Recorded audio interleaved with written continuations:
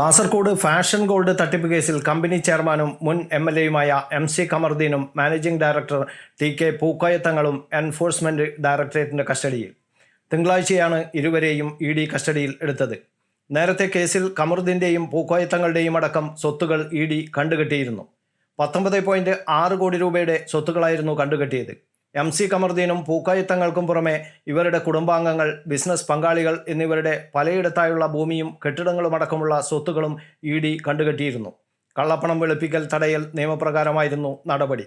Kerala police Kasaragod, Kannur ജില്ലകളിൽ register ചെയ്ത 168 കേസുകളുടെ അടിസ്ഥാനത്തിലാണ് ED അന്വേഷണം തുടങ്ങിയത്. പൊതുജനങ്ങളിൽ നിന്ന് നിക്ഷേപം സ്വീകരിക്കാൻ ഫാഷൻ ഗോൾഡിന് അധികാരമില്ലെന്ന് ED കണ്ടെത്തിയിരുന്നു. ഓഹരിയായും വായ്പയായുമാണ് പണം സ്വരൂപിച്ചത്. പ്രതികൾ ഈ പണമെടുത്ത് സ്വന്തം പേരിൽ സ്വത്തുക്കൾ വാങ്ങുകയും പിന്നീട് അവ വിൽക്കുകയോ കൈമാറ്റം ചെയ്യുകയോ ചെയ്തു എന്നാണ് EDയുടെ കണ്ടെത്തൽ. News bureau, Kannur media.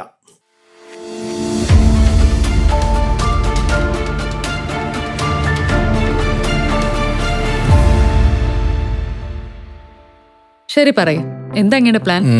Kitchen വർക്സും interior വർക്സും നമുക്ക് നല്ലൊരു ടീമിനെ ഏൽപ്പിക്കണം. പിന്നെ ഫർണിച്ചർ സുനിതയിൽ എടുക്കാം.